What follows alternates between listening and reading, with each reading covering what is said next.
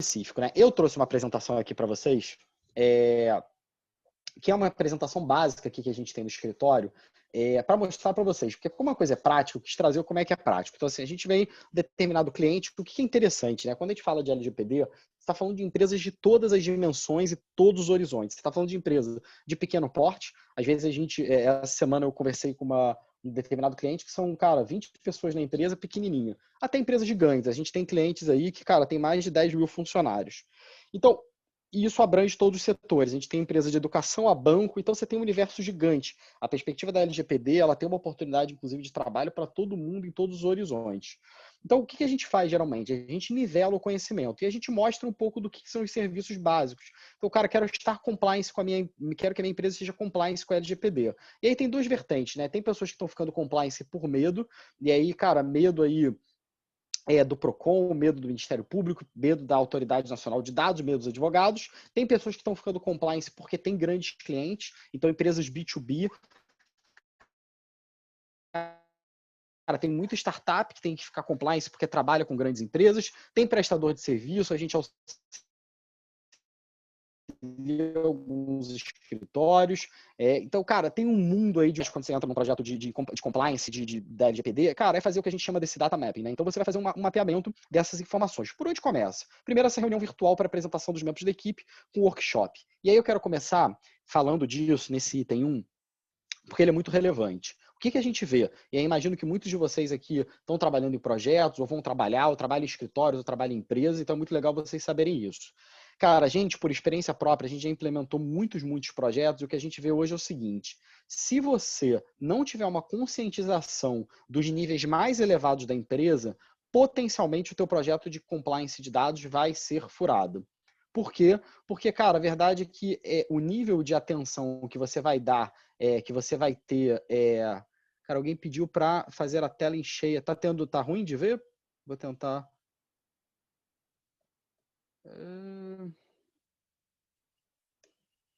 Vê se ficou mais legal, vocês estão conseguindo ver melhor. Que alguém pediu para eu botar na tela cheia. Ficou melhor sim, ficou melhor. Legal. Só vou arrastar aqui para na hora que a gente for mostrar. Então, o que é a perspectiva? Se você não tiver a conscientização dos níveis mais elevados da empresa, cara, você vai estar muito exposto aí, de alguma forma, a não conseguir evoluir. Então, cara, qual que é o desafio, né? Você entra numa empresa grande, a gente tem clientes de grande porte. Imagina um banco, cara, um varejista gigantesco. Cara, quanto vale o tempo do board daquela empresa, ou da diretoria, do CEO, da CEO? Então, a gente faz esse trabalho, geralmente é uma apresentação muito enxuta, que você conscientiza, geralmente para mostrar ali para a empresa, e aí você vai fazendo essa conscientização para baixo, para os níveis gerenciais. Então, a primeira coisa que a gente faz é essa apresentação. A gente odeia começar projetos em que não haja essa conscientização. Então, esse é o item 1. O item 2 é o que a gente botou aqui, discussão sobre a maturidade atual e pretendida dos gestores da área, promovendo reflexão, estratégia e entendimento de todas as dimensões das áreas impactadas. Qual que é o ponto aqui? Como eu falei, você tem empresas de todas as dimensões. Então, você imagina que você tem uma empresa de tecnologia, e aí eu queria fazer uma pergunta aí, quem quiser responder no chat, cara, para a gente tornar um pouco mais participativo. O que vocês acham que é mais difícil implementar um projeto de compliance de dados, de LGPD, numa empresa de tecnologia ou numa empresa de não tecnologia? O que vocês acham? Respondam aí no chat aí, cara, me ajudem. Então a pergunta é, você acha que, por exemplo, eu sou Lima Feilson lá, é mais difícil de tecnologia ou não? Então aqui, ó, Daniela falando que caramba, um monte daqui, peraí, que eu não vou perder. Cara, olha aqui, 5 mensagens, obrigado, galera, por responder. Rogério falando tecnologia, Daniela, cara, na de tecnologia, Arthur não de tecnologia, empresa não de tecnologia, cara, bem variado, a partir daqui, ó, Celina, tal, uma tecnologia. Por que eu estou perguntando isso? Isso é interessante. Legal, obrigado por participar e fico me sentindo mais cara aquecido nessa conexão online. Bruna, na tecnologia, porque além de ajudar a implementar, você tem que convencer da importância. Legal. Cara, minha experiência prática, tá? E não quero jogar banho de água fria em quem respondeu. É mais difícil na empresa não de tecnologia em geral, tá? É óbvio que você tem empresas mais distintas. Por quê? Quando você é uma empresa de tecnologia, você, por essência, já tem algum cuidado com proteção de dados, seja por risco de vazamento, não pela proteção propriamente dita da LGPD, mas você é uma empresa que nasceu tecnológica. Então, hoje, a maioria das empresas, principalmente startups ou empresas mais avançadas tecnologicamente, cara, elas têm infraestrutura na Amazon, a Amazon tem pacote de proteção de dados muitas vezes, cara, as empresas já têm algum termos de uso ainda que tenha que ser revisitado, alguma política de privacidade. Agora, imagina uma empresa, a gente tem clientes, por exemplo, empresa de infraestrutura, você é um porto.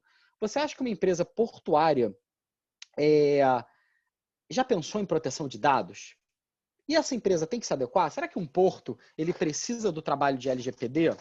Cara, um porto tem empregado? Tem. A LGPD ela não é uma lei que só se restringe a usuários. Os empregados, todo mundo de direito trabalhista, tem a Data Lawyer, né, que é uma empresa super legal que trabalha com jurimetria, fez uma pesquisa vendo quantos termos de LGPD já estão aparecendo na Justiça do Trabalho. Muito. Então, se você é uma empresa ali de porto que tem um monte de empregado, você tem que ver. Você acha que alguma empresa já viu? Você acha que ele tem algum cuidado para tratar com os dados do funcionário? Se ele tem alguma questão de saúde? Nada. Ele tem relação com a comunidade, então muitas vezes ele tem um levantamento, ele nunca olhou para isso. A gente tem uma empresa cliente de educação que ela tinha prova física, com o nome de todo mundo. Isso é dado pessoal. Se você tem prova das pessoas da década de 70, tem consentimento, não se enquadra em outro aspecto da lei, é cumprimento contratual. Eu não vou detalhar aqui, porque eu sei que vão ter pessoas que vão falar, mas então, cara, você abrange todo mundo. Quando você é empresa de tecnologia, você alguma coisa já está cuidado. Então, por isso que você tem que analisar o nível de maturidade. Por exemplo, empresas do mercado financeiro. O Bacen, ele já tinha uma orientação a respeito de nuvem e de proteção de cibersegurança antes da LGPD. Então, quando eu entro para trabalhar num banco, eu sei que o nível de maturidade é maior. Às vezes ele não tem uma figura que se chama um DPO, mas geralmente ele tem um head da área de segurança da informação. Cara, banco, ele não pode deixar ter um risco de ter um vazamento de dados. Então, é uma empresa com uma maturidade maior. Tem empresas que eu entendo que não tem nada. Então, a segunda coisa, eu tenho que entender aquela empresa. Então, eu conscientizei a liderança, expliquei para todo mundo, cara, diretor de RH, diretora de RH, diretor de operações, diretora de operações, board, todo mundo entendeu aquilo, e aí eu passo a entender o nível de maturidade daquela empresa que eu estou mais detalhado. Tem outros que eu tenho que começar do beabá. Você tem alguma política de proteção de dados? Zero. Então, a gente vai começar a conversar por aí. Depois disso, a gente passa a ter esse item 3. Cara, a minha internet ficou um pouco estável, apareceu aqui para mim, mas eu acho que já voltou. Depois a gente tem esse item 3, que é o envio dos questionários para a realização das entrevistas virtuais. O que é importante, né? Nesse pre-assessment que a gente chama. Cara, quando eu entro numa empresa, então imagina aquele exemplo da empresa portuária, mas vale para uma varejista. É um cliente meu que tem 100 lojas no Brasil. Cara, nunca olhou para dado. Cara, tem dado de funcionário, tem dado de cliente, isso está tudo espalhado. Eu preciso entender aonde que estão esses dados.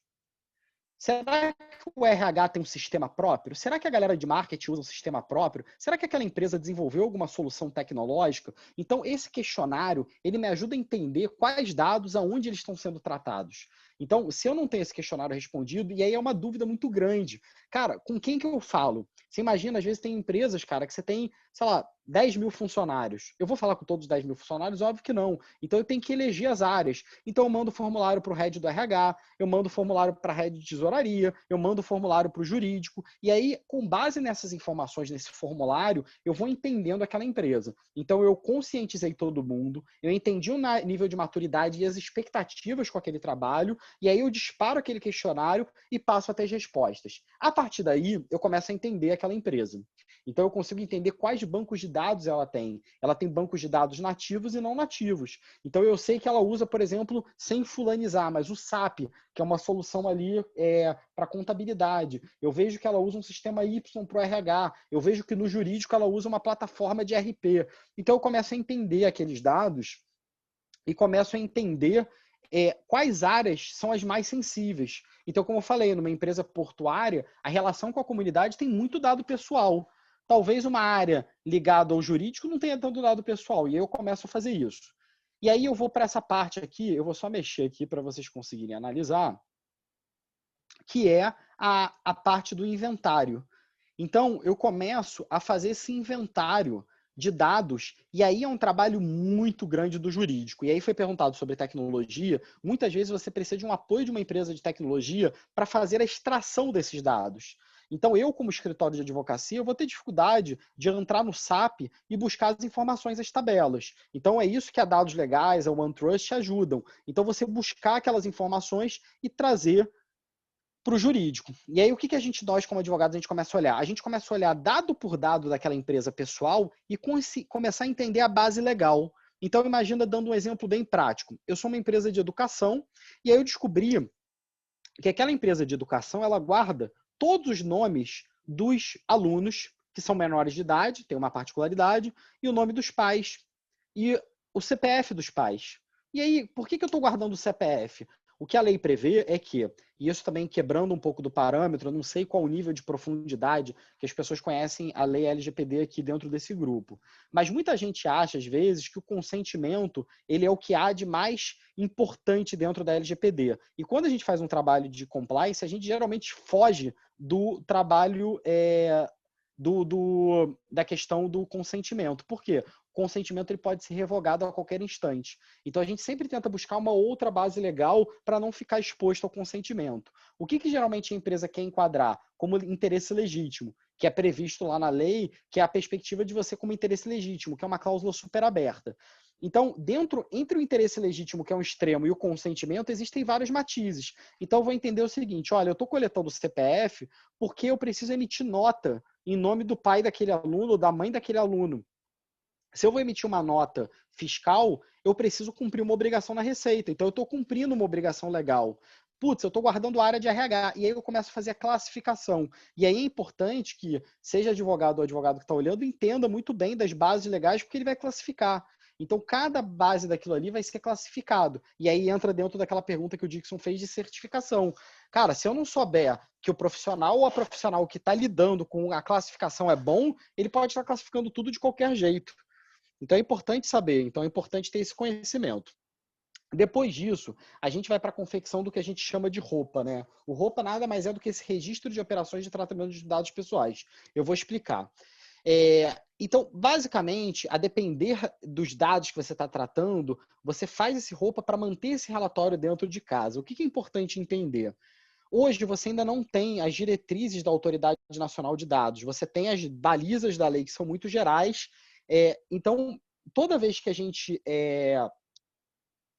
encontra uma informação que seja delicada, a gente passa esses relatórios para até inclusive proteger a empresa numa possível especialização.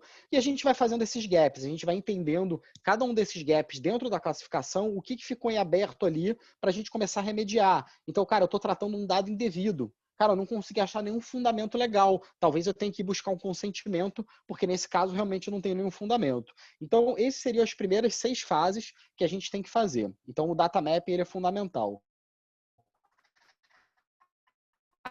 Aqui embaixo, eu botei um outro trabalho que ele é fundamental, que muitas vezes os escritórios, os profissionais, os GPOs, eles têm que fazer, que é basicamente você fazer essa revisão de todos os contratos. Então, imagina uma empresa que tem um monte de contratos, seja com empresa de tecnologia ou não. Quer ver um negócio? Por exemplo, a gente, como escritório de advocacia, eu recebo uma base de dados de uma determinada empresa.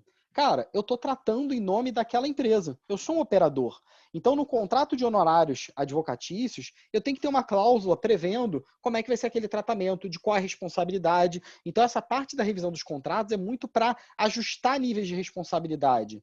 De quem que é a responsabilidade, como é que fica. Então, tanto a empresa que é operadora, como a empresa que é responsável, todo mundo tem que fazer essa análise contratual. Então, esse é um trabalho muito importante a ser feito pelos times, que é realmente ver isso. E, além disso, criar esse anexo, né, da privacidade. Então, criar as cláusulas padrões. Muitas vezes isso vira um anexo, da mesma forma que você tem um anexo ali de segurança do trabalho, você passa a ser um padrão. Então, aquela empresa que vai trabalhar com a minha empresa, ela tem que respeitar aqueles parâmetros. Muitas vezes eu peço para vistar aquele anexo para ele ter uma importância. Então, esse trabalho contratual de revisitar os contratos antigos, criar novas minutas e novas cláusulas, ele é fundamental.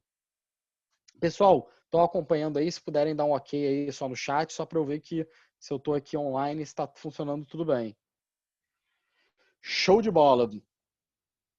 Cara, aqui, descendo um pouco, só deixa eu ver como é que eu faço aqui para vocês verem legal e eu não perder o chat.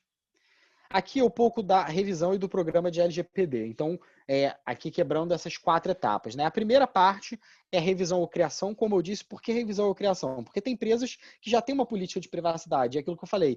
Empresas de tecnologia, especialmente, legal, o pessoal que está excelente, tem isso. Então, a gente também cria a política de resposta a incidente, a política de descarte. A lei fala que depois de um tratamento de dados, você tem que ter o descarte. Para quem tem alguma experiência minimamente em meio ambiente, em direito ambiental, é muito parecido com EIA-RIMA. Então, você faz aqueles relatórios, você se prepara, porque tem até uma frase interessante que quando eu faço uma apresentação, eu boto até um slide disso.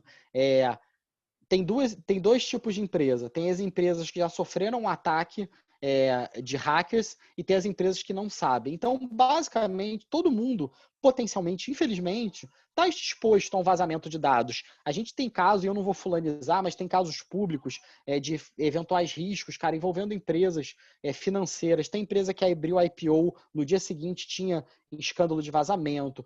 Então, cara, se você jogar no Google vazamento de dados, botar aí Ministério Público do Distrito Federal, o procurador lá, o Frederico, que é uma das pessoas à frente, você vai ver milhares de casos no Brasil e no mundo, infelizmente. Então, você tem que ter, cara, a política de, cara, vazou dado, o que eu faço? Eu tenho que me preparar, eventualmente, até para esse cenário negativo, que é o pior dos casos, de ter um vazamento. Então, eu tenho que ter essa política de resposta ao incidente, eu tenho que ter a política de descarte. Então, isso tudo tem que ser elaborado. Então, é uma das coisas fundamentais que a gente faz. Um segundo aspecto é a confecção desses relatórios, os DPIAs, né? E os LIAs, que são basicamente mostrando qual é o fundamento legal. Então, como eu falei, você mantém o relatório dentro de casa pronto. O terceiro é o apoio jurídico para implementação, e aí muito do trabalho que muitas vezes o escritório faz é justamente isso, você criar um DPO. Cara, dúvida muito frequente. Tem escritórios que hoje têm feito o papel de DPO as a service, então você tem a previsão de que você pode terceirizar isso. É um campo de trabalho muito legal você poder terceirizar. Mas muitas vezes, mesmo quando você não é terceirizado, então o escritório não faz, ele ajuda a se preparar. Então você tem que treinar aquele time de DPO, você precisa ajudar. Então esse é um trabalho legal.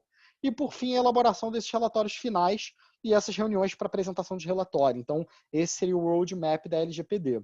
Então, pessoal, eu tentei mapear aí de forma bem rápida os principais pontos, e agora eu fico aberto, porque eu sei que a ideia aqui é todo mundo ser bem prático, eu não posso adentrar e expor nomes de clientes, mas eu posso falar de maneira abrangente casos, situações que a gente viveu. Então, cara, fico muito aberto aí para dúvidas, comentários. Eu queria, Roberto falando, né? Escritório de advocacia pode prestar DPO as a service.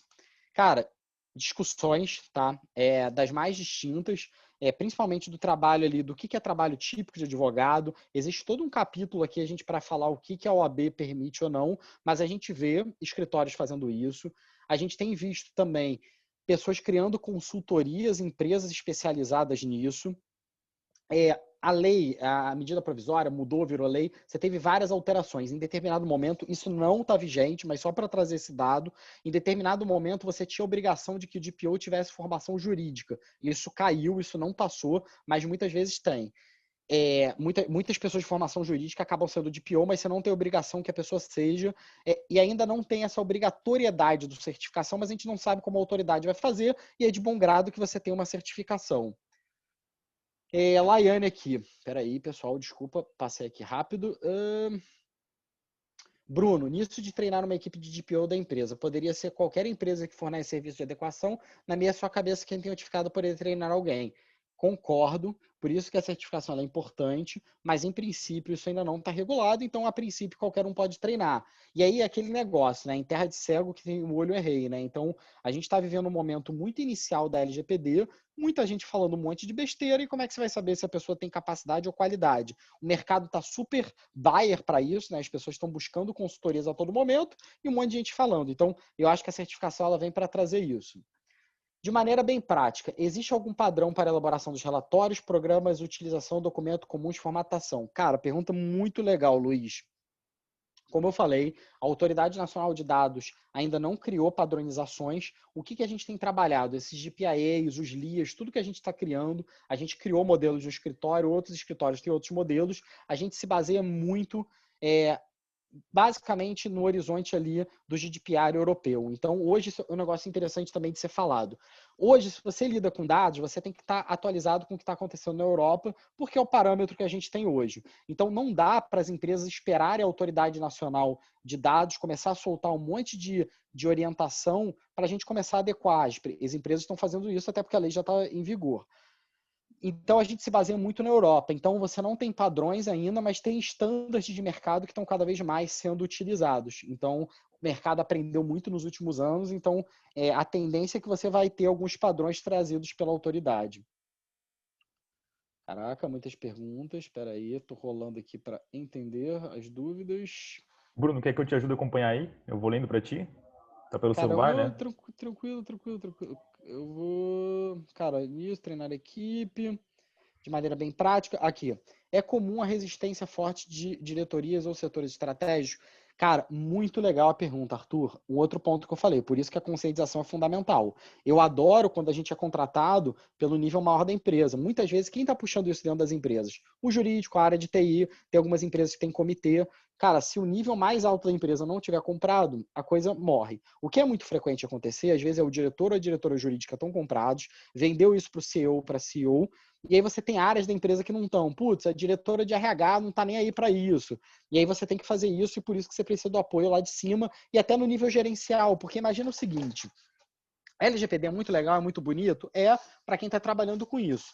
Cara, você é um gerente de marketing, você é uma gerente de marketing, cara, você não quer saber disso, você está preocupado em vender isso, está restringindo. Então, muitas vezes as pessoas não dão atenção. A gente já teve projeto que ficou um ano parado por falta de informação de cliente. Então, esse é um desafio muito grande, por isso que a conscientização inicial tem que ser muito grande, por isso também que os exemplos, né? Então, na medida em que a gente vai tendo esses escândalos, é muito comum que as empresas mesmo vão se conscientizando, porque nenhum CEO, nenhuma CEO quer ficar exposto por conta disso. Mas existe esse desafio cultural muito grande.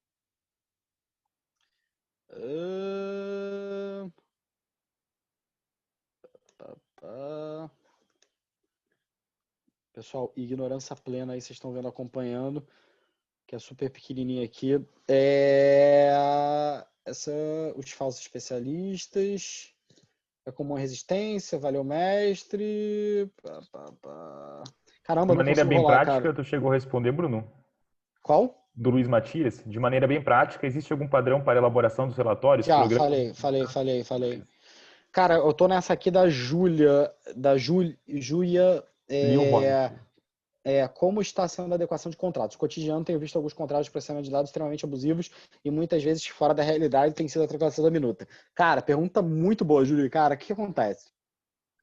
Assimetria de informação. Eu sou uma empresa grande, eu contratei uma empresa para fazer uma adequação de dados.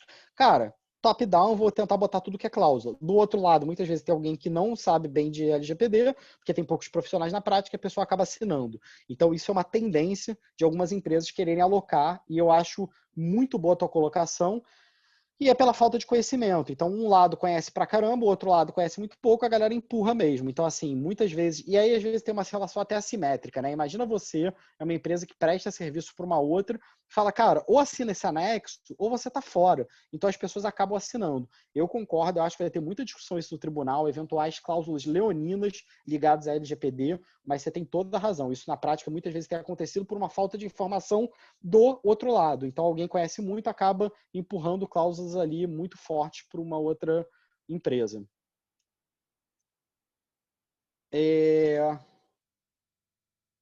Se sentiria confortável para itigar negócios confiáveis que estão oferecendo DPO as a service?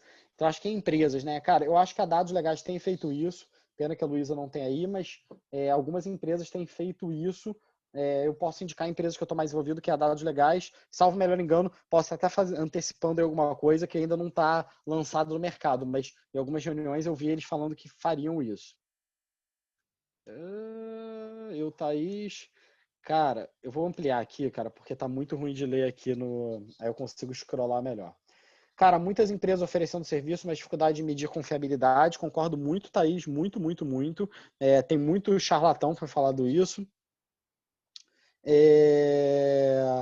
Alexandre, já tratou de algum caso em que a empresa decidiu descontinuar ou não lançar algum produto de serviço ao se deparar com as demandas de adequação? Sim, Alexandre. Cara, existe uma perspectiva que é o seguinte, né? A gente tem uma coisa que a gente chama que é Privacy by Design, que são novos produtos que já são lançados com essa perspectiva. Eu, uns 2 anos atrás, ou 3, Cara, eu fiz várias reuniões com Venture Capital, Private Equity, eu falava, pessoal, como é que vocês estão vendo isso? E os Venture Capitals falavam para mim, cara, Bruno, isso não vai pegar no Brasil. E investiam, né? Tinham muito modelo de negócio. Quem não conhece uma empresa que nasceu para coletar dados para vender? Então era normal, assim, muita empresa cresceu com base nisso, cara. Coleta dado e depois a gente acha um modelo de negócio. E isso está sendo cada vez mais sensível. Eu já participei de de M&A em que o negócio não foi na frente porque tinha um risco muito grande. Então eu vejo nos novos produtos as empresas Privacy by Design já criando os produtos com essa preocupação. DPO dados, Celina nota 1000. Quanto à certificação, qual é a referência no mercado hoje? Cara, então, Arthur, hoje você tem a Exim, né, que você é uma certificação internacional, e agora essa perspectiva aí da Loquest se desenvolvendo nesse sentido, é uma iniciativa brasileira, mas você tem a Exim, que é internacional. Cara, Caio, qual a sua dica para precificação? Caio, precificação de qual que você fala? Em relação a qual serviço? Se você quiser puder esclarecer, mas isso também é engraçado. A gente no escritório, porque é engraçado, né? Também abrindo o jogo aqui, eu jogo sempre real, não gosto de esconder nada, e a perspectiva é essa. A Loquest é essa brasileira mesmo. Qual que é o ponto, tá? Antigamente você trabalhava muito em base de horas, né, em projetos. E hoje em dia ninguém muitas vezes quer trabalhar em horas. Então é muito comum que o cliente vem, por isso que a gente faz esse momento, a gente fala, cara, o que você quer? Quer que eu faça o quê do roadmap? E às vezes o cliente fala, cara, Bruno, resolve a minha vida, eu quero que você trabalhe. E aí muitas vezes é difícil mensurar. Na medida em que você vai trabalhando, você vai vendo a dimensão das empresas, hoje a gente consegue precificar por número de áreas, pelo setor, mas é super desafiador. Então eu acho que esse é um desafio muito grande de você conseguir precificar adequadamente. Se você cobrar muito caro, muitas vezes é RFP, você perde o projeto. Se você cobrar muito barato, muitas vezes você não tem capacidade de atender. Bruno, sendo o operador uma empresa de processamento de dados, qual o nível de adequação do operador? Apenas nível contratual. Nesse caso, qual a mensagem de PO? Se eu entendi, cara, operador. Então, assim, eu sou uma empresa, por exemplo, B2B, então eu não estou à frente ali no dia a dia do cliente e eu estou operando em dados de terceiro. É o que eu falei. Essas empresas elas estão se adequando por uma pressão da empresa que tem a relação com o consumidor. Então, muitas vezes, elas estão correndo atrás muito por uma pressão das empresas. Essa figura do DPO, né, o encarregado, a gente ainda não tem isso de forma objetiva, quais empresas que vão precisar, qual vai ser o nível, mas principalmente empresas de grande porte já estão nopeando o DPO, que é um nome muito mais bonito do que encarregado, do que vem na LGPD, mas provavelmente empresas com volume, e aí vai ter vários critérios, né? Dimensão da empresa, faturamento e o próprio setor. Então, tem empresas que são mais sensíveis a dados. Então, imagina o seguinte, eu sou uma startup pequena, mas eu trato dado de um monte de gente. Então, talvez eu mesmo com 50 pessoas, eu tenha que ter um DPO. E talvez outra empresa com 2.000 funcionários não tenha que ter, porque o setor que ela atende não é tão exposto. Então, provavelmente isso vai vir através da autoridade. A Nayara, para quem quer começar a trabalhar na área, excelente pergunta. Cara, por isso que eu acho legal os trabalhos de curso, eventos como esse, porque você tem uma gama muito grande. Eu vou te falar, cara, desde uma padaria tem um trabalho de compliance de dados, talvez ele não esteja olhando, porque ele não veja isso. Se ele for uma padaria que presta serviço para uma empresa grande, provavelmente ele vai ter mais cuidado. Então, eu acho que, cara, é legal você se associar a empresas que já atuam. Então, tem muita vaga sendo aberta, é o que eu falei. O que falta muitas vezes é a qualificação. Mas eu acho que vale muito a pena você procurar empresas que já estão nesse setor para você começar a atuar. É o que eu estou falando, tem muito projeto novo surgindo, e pessoas qualificadas estão tendo espaço. Acho que é um mercado bem crescente. Realmente, esse termo não é receita de bolo, boa, é aquela pergunta que o Caio tinha feito. Yuri, cara, um apontamento. É sustentável uma empresa que tenha como base venda de dados, até onde o legítimo interesse pode chegar nesses dados, nesses casos. Vamos lá, cara, questão muito legal. Primeiro ponto, né? A gente teve no Brasil, diferente de outras leis, DPO para um advogado júnior vale a pena. Cara, para o advogado júnior, talvez, né? Para a empresa, e tem que ser um nível de responsabilidade. A gente não sabe como é que vai ser. Cara, eu acho que é Yuri, né? O Yuri falou. O que é interessante aqui falar? No Brasil, tem uma coisa que, por exemplo, no GDPR não entrou, que é, por exemplo, o crédito. No Brasil, uma das opções legais de você tratar dados é para a questão do crédito. Em outros países, você enquadrava como interesse legítimo. Então, isso foi uma pressão bem grande do mercado bancário conseguindo incluir isso na lei. muitas discussões, birôs de crédito, né? Empresas que vivem disso. Um outro aspecto, muitas vezes o dado que essas empresas vendem são dados tornados manifestamente públicos. E isso é uma coisa muito interessante. Vou falar de um horizonte aqui, por exemplo, de Lotec. Tem muita empresa hoje de Lotec que vende dado de terceiros. E isso não é proibido pela lei, porque são dados que estão tornados manifestamente públicos. Então, eu vou no tribunal lá, que o dado é público, a informação é pública, coleto aqueles dados e vendo para terceiros. Tem casos que isso é super legítimo. O problema é, da onde que eu busquei esse dado? É uma empresa que tem que estar compliance com dados, mas não tem nenhum óbice em relação a isso. O dado foi tornado manifestamente público, eu fui num tribunal, só organizei. Então, essas empresas que vendem dados, o ponto é quais dados elas estão vendendo, são dados públicos, são dados privados, como é que ela obteve de maneira lícita. Então, eu acho que é muito ruim a gente começar a discriminar toda empresa que vende dados. Tem muita empresa séria que busca dados públicos e isso é correto. Então, acho que tem que fazer uma análise caso a caso.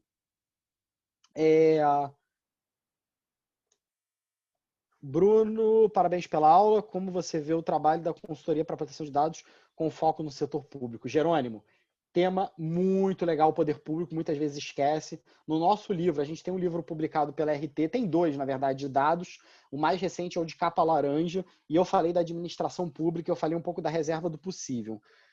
Eu tive recentemente, antes da pandemia, na Casa Civil, aqui no Rio de Janeiro, fiz uma palestra lá para a Casa Civil e foi uma pergunta que veio de vários órgãos. Cara, tem que estar adequado? A lei de dados vale para todo mundo, inclusive para órgãos públicos. O ponto é que, infelizmente, a gente tem uma crise no Estado e aí, cara, reserva do possível. É uma discussão que eu acho que vai surgir. Consultorias, né? Você entra naquela perspectiva de licitação ou não, mas eu acho que todo mundo vai ter que se adequar. Muitas vezes os órgãos não estão adequados. E às vezes é engraçado, porque, cara, casa de ferreiro, espeto de pau. Tem muita gente com telhado de vidro. Então tem muito órgão fiscalizando a empresa privada que ainda não está adequado. Cara, aqui está sendo gravado e eu não quero opinar de nenhuma maneira, mas o que eu ouvi, tá? Tô relatando coisas que foram faladas, né? Todo mundo deve ter visto os memes relacionados aos tribunais do Brasil. Então, como é que um tribunal vai julgar se ele potencialmente pode ter sofrido algum ataque? Então, eu acho que é muito adequado que todo mundo esteja adequado, inclusive os órgãos públicos. Como você vê o impacto da LGPD no setor de marketing, que utiliza muitos de dados para captação de clientes? Muito legal. Antigamente era farra do boi, né? Você comprava base de e-mail, mandava. Hoje, a gente do escritório tem uma visão não tão restritiva. Eu entendo que, por exemplo, marketing é interesse legítimo. Se é uma empresa que tem que vender, ela tem que ter a possibilidade de fazer marketing. Só que tem que ter o cuidado. Tem alguns cases, né? O meu sócio, que é o Becker, ele adora trazer cases de vários países e ele mostra um case, por exemplo, de uma determinada empresa que ela fazia e-mail marketing. E aí alguns clientes pediram opt-out. Então eles pediram para sair daquela lista. E aquela empresa fez um disparo. E disparou para essa galera e eles foram condenados. Então acho que a galera de marketing está muito com cuidado para opt-in, opt-out. Tem que estar muito cuidado também para a questão dos cookies. Antigamente você entrava no site, ele estava capturando as suas informações. Então hoje a possibilidade de você fazer marketing é adequado, mas você tem que fazer de forma adequada. Bruno, como fica a questão dos fornecedores dentro desse mapeamento inicial? Notificações e realização de auditorias. Muito legal, Arthur. Muitas vezes é importante você fazer a notificação, principalmente contratual. Então, você notificar, olha, essa é a nova política, estou esperando que você faça uma adesão. A gente tem um cliente que fez mais de 10 mil disparos, porque ele tinha muito fornecedor, muito parceiro.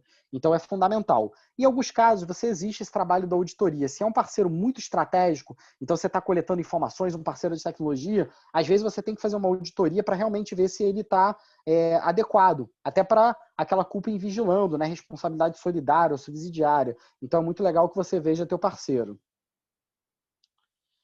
Câmera interna em estabelecimento se enquadraria em legítimo interesse. Caio, muito legal. Tem um exemplo também que o Becker dá, que é muito bacana, de um cassino em que ele filmava as pessoas e aí teve uma reclamação que a câmera era posicionada de uma forma que pegava uma parte da rua e as pessoas saindo de casa.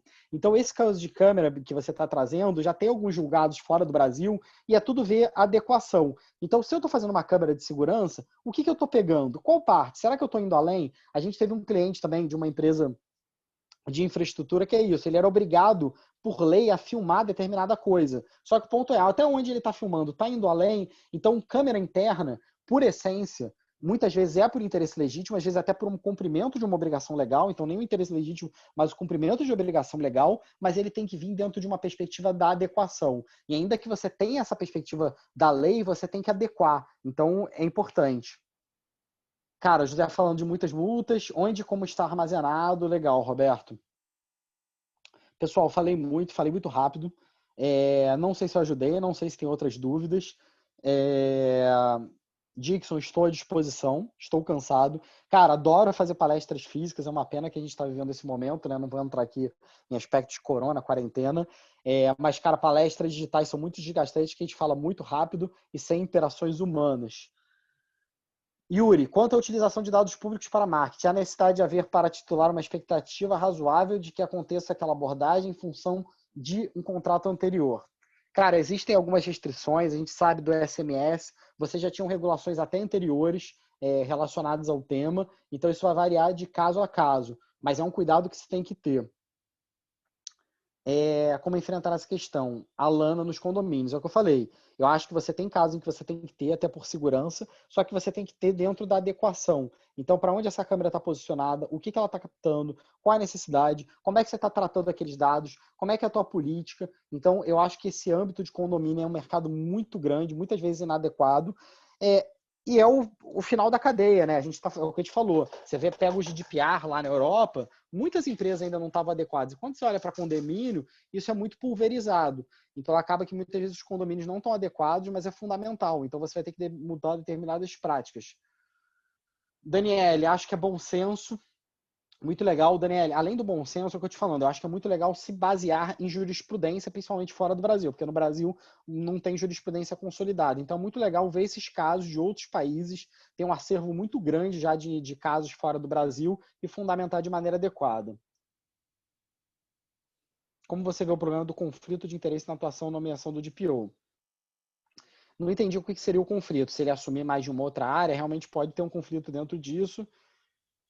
Cara, biometria, cara, András, legal. Cara, biometria foi um negócio que entrou lá na LGPD, né? Os dados biométricos. É um tema super legal, né? A gente tem um caso aí de São Paulo de biometria. A gente tem um caso também de uma grande varejista, Vale a Pesquisa, que estava coletando dados para ver aonde as pessoas estavam olhando mais legal. Então você já tem umas decisões muito legais, tanto envolvendo o poder público, né? O metrô de São Paulo, como uma grande varejista.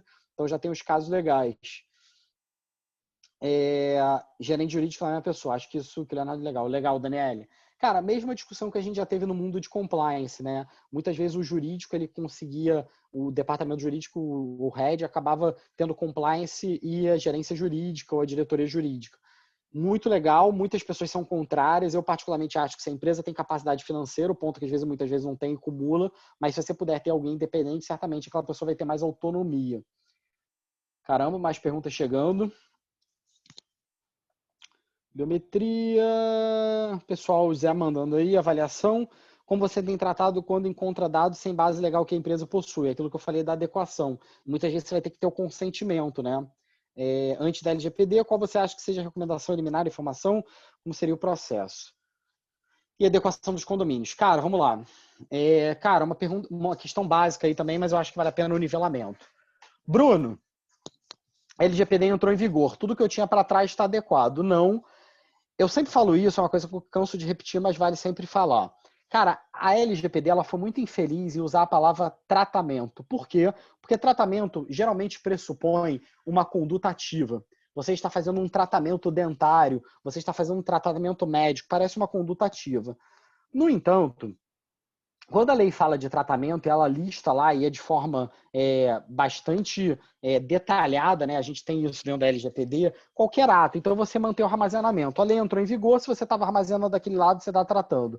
A gente fez essa análise, viu se tem alguma se você está cumprindo alguma previsão legal. Se não tiver, você vai ter que ir para o consentimento ou você vai ter que ir para o descarte. Você quer manter a formação dentro de casa? Talvez você nunca sofra uma fiscalização, depois talvez nunca vaze. Agora, se aquele dado vazar e você não tiver justificativa legal, o que acontece com você? Cara, penalidade que a gente sabe que pode ser muito alta. Então, muitas vezes a empresa toma o risco, eu não sou fiscal da autoridade, então eu aponto o risco, mas a empresa que vai seguir com o posicionamento do que ela achar mais adequado.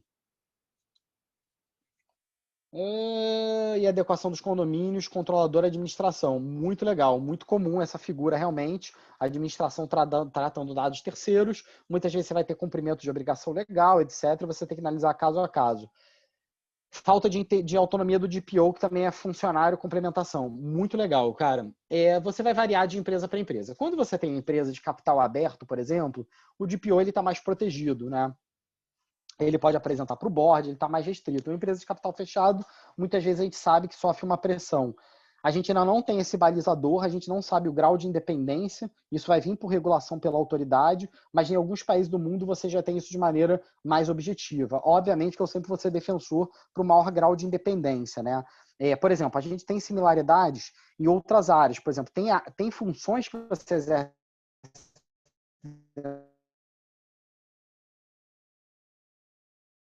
da empresa, você tem inclusive, então você tem uma certa estabilidade. Então não sei se o DPO vai ter esse regramento em algum nível, mas seria adequado, é um tema interessante.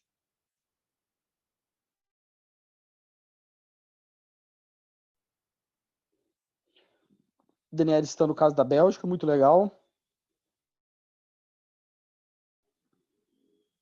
Na verdade, é o que eu falei, não é questão de retroagia, porque na verdade, na hora que ela entra em vigor, você está tratando dados, então você pouco importa quando você coletou aquele dado. O que importa é que você está tratando ele e no dia que você está tratando e a lei entra em vigor, está valendo.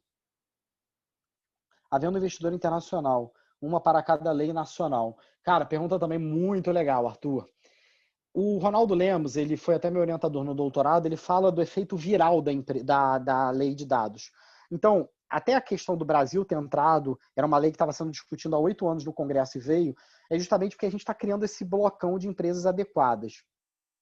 É até engraçado, uma vez estava falando com um programador, ele falou, cara, agora programador tem que entender de geopolítica, que a gente estava discutindo o Brexit, né, e a saída do Reino Unido e como ficaria essa questão, porque dentre outras normas que ele poderia não ter, mas uma seria de dados. Então, muitas vezes você tem que ver, a depender da empresa. Cara, vou citar um caso muito legal aqui,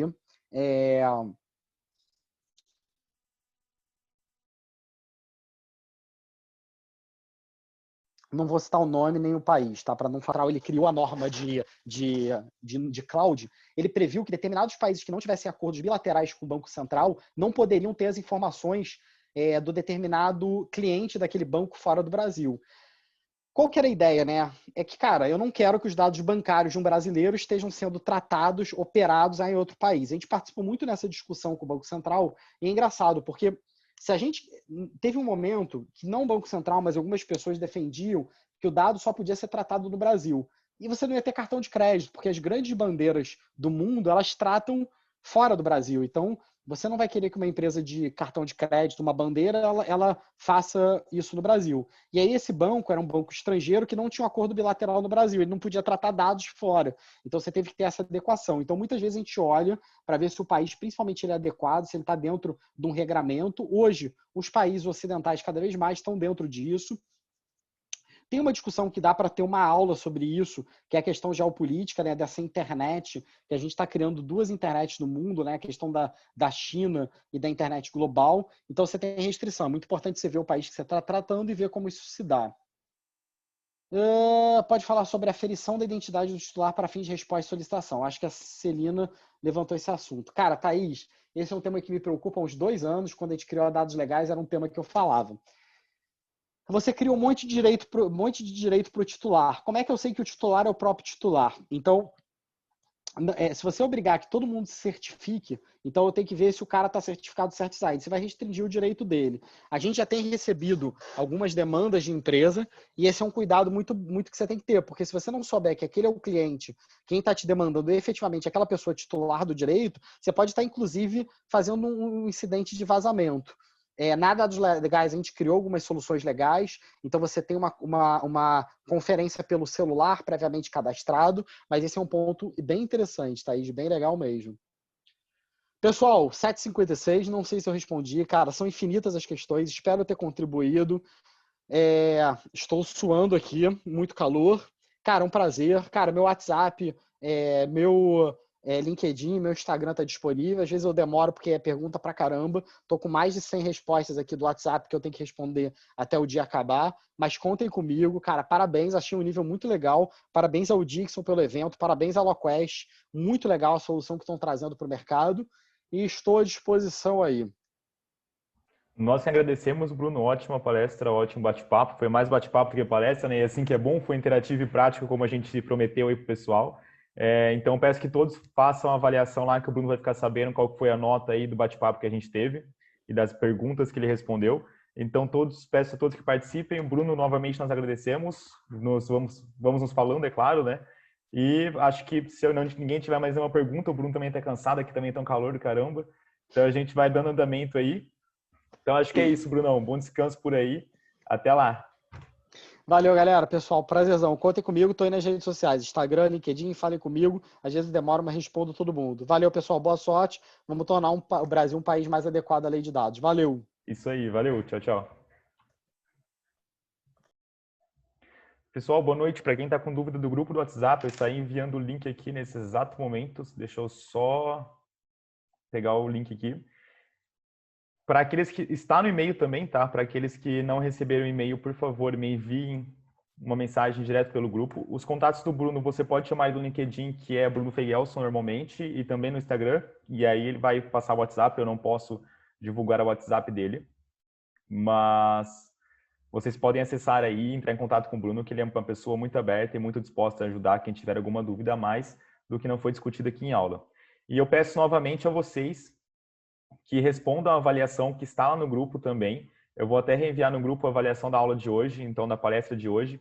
Peço que todos contribuam com essa avaliação, porque vai fazer toda a diferença para o palestrante, para nós da organização do evento. Precisamos saber onde a gente pode melhorar e onde os palestrantes podem melhorar. Então, eu acho que é isso, pessoal. Se ninguém tem nenhuma dúvida em relação ao evento, em relação à palestra, não, é uma da avaliação 1, que é do dia de ontem, e hoje a avaliação 2, que é de hoje. Então, ontem você avaliou a Luísa e o Luiz Otávio, e hoje você avaliaria, no caso, o Bruno Feigelson. Então, se você já avaliou, está tudo ótimo. Eu acho que é isso, então, pessoal. Sobre desafios, Rodrigo, eu acho que se você estiver aí ainda, me ajuda com o desafio. O Rodrigo é o nosso outro organizador, nosso segundo coordenador, ele é quem está cuidando da parte de gamificação, toda essa questão de organização do desafio. Então, se vocês puderem esperar aí até que ele entre aí, acho que ele está aqui ainda, deixa eu só confirmar. Estou aqui. Tá ótimo, então. Então, Rodrigo, dá um spoiler para eles aí. Ontem eu dei um pequeno spoiler que a gente vai ter algumas premiações, não cheguei a dizer claramente quais serão as premiações. E um outro ponto que eu cheguei até a conversar com eles foi que as equipes poderão ser formadas durante um espaço separado do evento, literalmente escolhido para isso, né? Mas eu acho que você tem mais capacidade para falar sobre o LawCamp do que eu. O LawCamp não, o Wicked, né? Isso. Boa noite, pessoal. Então, ou seja, foi ótimo a palestra do Bruno, não foi, pessoal? Deixa essa avaliação, né? Então, final de semana, nós vamos ter, né, o nosso weekend. E aí, como a gente prometeu, aqui promessa é dívida. Então, a gente vai ter uma coisa bastante prática, tá? Ou seja, vocês vão fazer um projeto de implementação de proteção de dados. Exatamente. Então, muito do conteúdo que vai estar aqui, vocês vão aplicar na prática num case que a gente preparou especialmente para vocês. É por isso que, como a gente já falado, essa pergunta do grupo, a gente vai disponibilizar, né, as gravações e os palestrantes daqui vão ser mentores e também jurados durante o nosso weekend. Então, isso é uma coisa bem interessante, tá? Porque aqui a gente vai fazer o quê? A gente, quando começar o evento, no sábado, no dia 9, vocês vão se apresentar o desafio. Vai ser uma empresa que vai ter um desafio para implementação de proteção de dados, tá? A gente não vai dar spoiler de que empresa é essa, mas preparou um case especial. E vocês, como equipe, vocês vão ter que solucionar esse desafio, como o Bruno aqui falou, né? Ou seja, todo mundo está querendo, empresas de grande porte, microempresas, startups, governo, todo mundo está com esse desafio de realmente implementar a LGPD e também as políticas de proteção de dados, né? Além de outros elementos. Então, vocês vão resolver esse desafio com o auxílio dos mentores, tá? Ao longo desse evento. Então, vocês vão ter que fazer, né, um projeto. A gente vai dar os parâmetros dos elementos obrigatórios desse projeto. O Bruno falou um deles aqui, que a gente colocou, que ele falou bem no iniciozinho, tá? Então, no sábado, vocês vão trabalhar o quê? De uma maneira... E podem deixar as perguntas aí que eu vou respondendo, tá?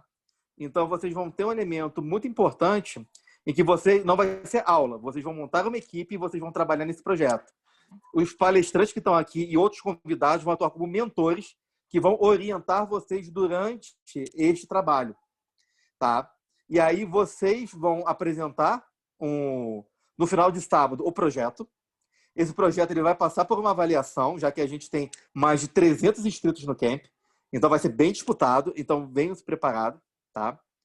E vocês vão fazer o seguinte, vai ser uma avaliação no domingo, no início de domingo, nós vamos divulgar os finalistas.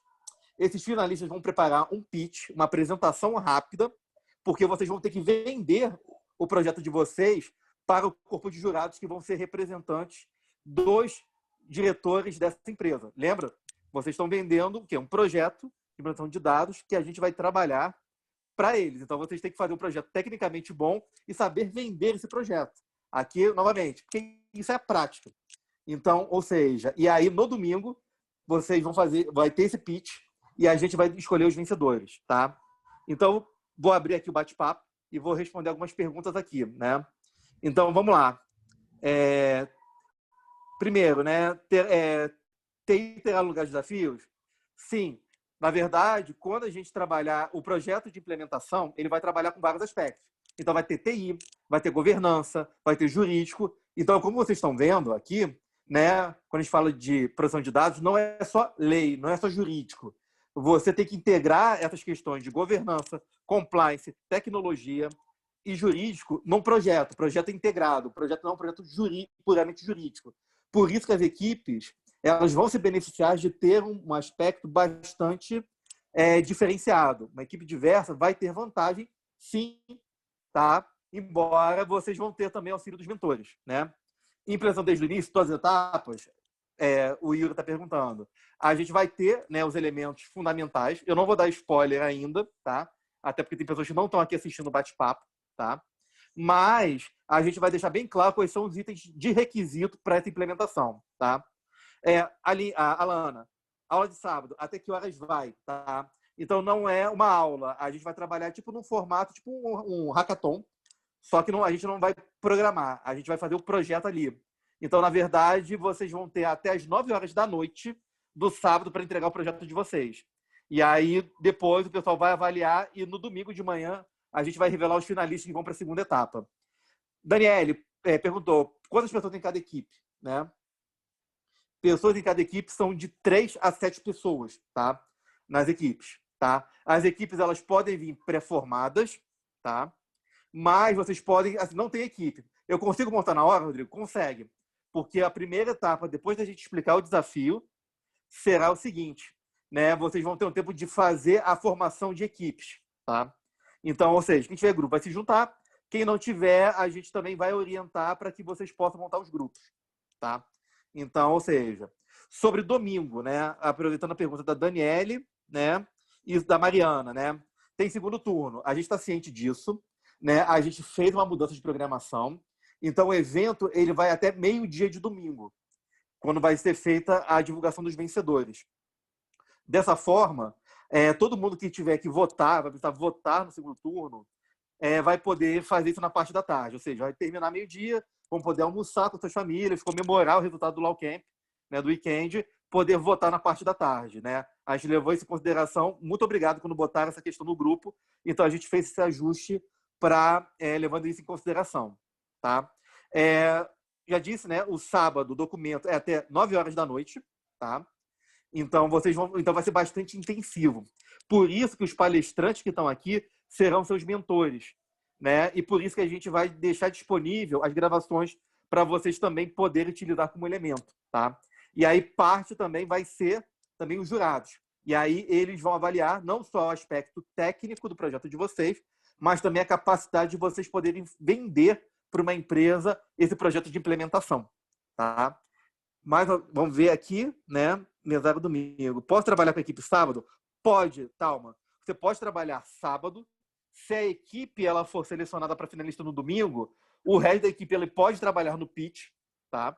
Ou seja, na apresentação final, enquanto você está trabalhando como mesária. E dessa forma você não será prejudicado. Então, se a equipe ganhar, você vai ganhar junto, tá? Mesmo não estando com a equipe no domingo, tá? Como serão formadas equipes? As pessoas vão se reunir, a gente vai criar um ambiente para isso, tá? Que a gente vai explicar para vocês. E aí vocês vão fazer o seguinte: olha, eu estou sem equipe, quero participar. Ótimo. Ah, então eu quero você. Ah, e aproveite o grupo do WhatsApp também para vocês também fazerem networking, tá? Então isso é bem legal. Podem já começar a pensar nessa formação no próprio WhatsApp, tá? Não precisa esperar até o sábado. No sábado que a gente vai formalizar as equipes, tá? Como vai funcionar a mentoria? Vai ter reunião de mentoria de time? Vai, tá? Na verdade, vocês vão ter uma questão de vocês poderem pedir as mentorias, né? E aí os mentores eles vão até as equipes, tá? Para poder fazer mentorias de 15, 20 minutos para tirar essas dúvidas, tá? Porque isso é muito importante. Nesse tipo de evento, a mentoria é muito importante, tá? O documento terá total de páginas, ele não tem um total mínimo, tá? Mas também, assim, é uma coisa que a gente vai focar muito, tá? Mariana, ótima pergunta, que a gente vai focar muito na qualidade do documento. Não adianta fazer um documento de 90 páginas que não quer dizer nada. Por isso que os pontos obrigatórios desse projeto, eles vão ser muito importantes na hora de trabalhar, né? A Aline perguntou, Maria Aparecida também respondeu aqui, 3 a 7 pessoas, tá? Por equipe, tá? Ou seja, pode ter jurídico, pode ter TI, pode ter compliance, pode ter RH. Assim, a gente não está restringindo o perfil. Mas lembre-se, como a gente está vendo aqui no LawCamp, né? Não basta ter só o jurídico. Na vida real de uma empresa, de uma organização, a LGPD é muito mais do que isso, tá? Isso, exatamente, Mariana. É apenas o DOC, isso mesmo, tá? Quando for selecionado, será apenas do pitch do domingo, isso mesmo, tá? Ou seja, o projeto vai ser avaliado, né, do aspecto mais técnico, e no domingo vocês vão ter o pitch. Lembrando que também o pitch não é só saber vender. O projeto de vocês vai ter que ter qualidade, porque quem vai julgar conhece muito do assunto. Todo mundo é DPO. Então, ou seja, então não adianta tentar fazer simplesmente essa questão. Ótimo, André. Não tem problema. Andrés, perdão, desculpe, errei o nome. Ótimo, o pessoal de TI vai ser muito disputado, tá? Então, isso é bem legal, né? Então, é ótimo, porque assim, só o jurídico, né? Todo mundo vai querer a pessoa de TI, não se preocupe, vocês vão ser super disputados, tá? A formato do documento, Yuri, a gente vai mostrar no domingo, no sábado de manhã, tá? Então, a gente vai... Por quê? Porque a gente quer manter o nivelamento de informações. Então, se a gente colocasse para vocês agora, vocês teriam uma vantagem em relação para quem, por exemplo, assistiu e já teve que sair. Então, por isso que o formato a gente vai falar para todo mundo ao mesmo tempo, tá? Para justamente a gente também garantir uma maior simetria, né? Uma informação simétrica para todo mundo, tá? Então, pessoal, é isso. Eu estou lá no grupo do WhatsApp também. Rodrigo, podem perguntar, perguntem para mim, para o Dixon. Dixon, quer falar do prêmio? Aham, fala do prêmio que o pessoal quer saber, né? O prêmio acho que ainda vou fazer um suspense, mas eu acho um ponto interessante, que tem até na avaliação aqui, a gente está recebendo algumas perguntas e alguns feedbacks. Quem está inscrito só com o primeiro convite, que é do workshop, também vai conseguir entrar, porque a gente teve uma quebra meio que alta e por conta disso sobrou algumas vagas. Não são muitas, então quem quiser, entre em contato com a gente lá pelo grupo, tanto com o Rodrigo quanto comigo, para a gente reservar já as vagas de vocês para conseguir participar do camp. Mas é sim possível ainda participar do camp só com o ingresso do workshop. Concorda, Rodrigo?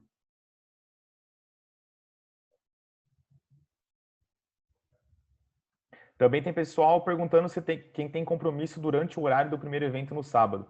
Lembrando que se você tem algum compromisso, você poderá combinar com a sua equipe isso, porque a maioria das atividades serão assíncronas. Então, o que você não conseguir fazer ao vivo, você pode se comunicar com a sua equipe e elas te passam posteriormente isso. Então, eu acho que isso vai mais da organização interna de cada equipe.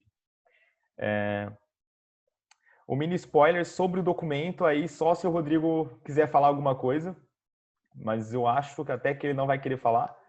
Mas se ele gostaria de falar alguma coisa, pode falar aí, Rodrigo, se quer dar um spoiler sobre o documento, se vai ser PDF, se vai ser Word ou qualquer coisa do tipo.